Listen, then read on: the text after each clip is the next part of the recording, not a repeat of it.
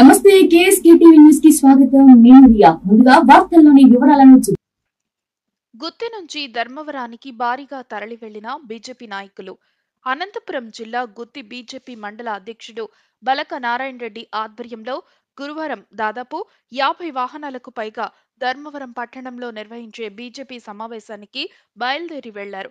ముందుగా బీజేపీ మండల అధ్యక్షుడు బలక నారాయణ రెడ్డి జెండా ఊపి ర్యాలీని ప్రారంభించారు.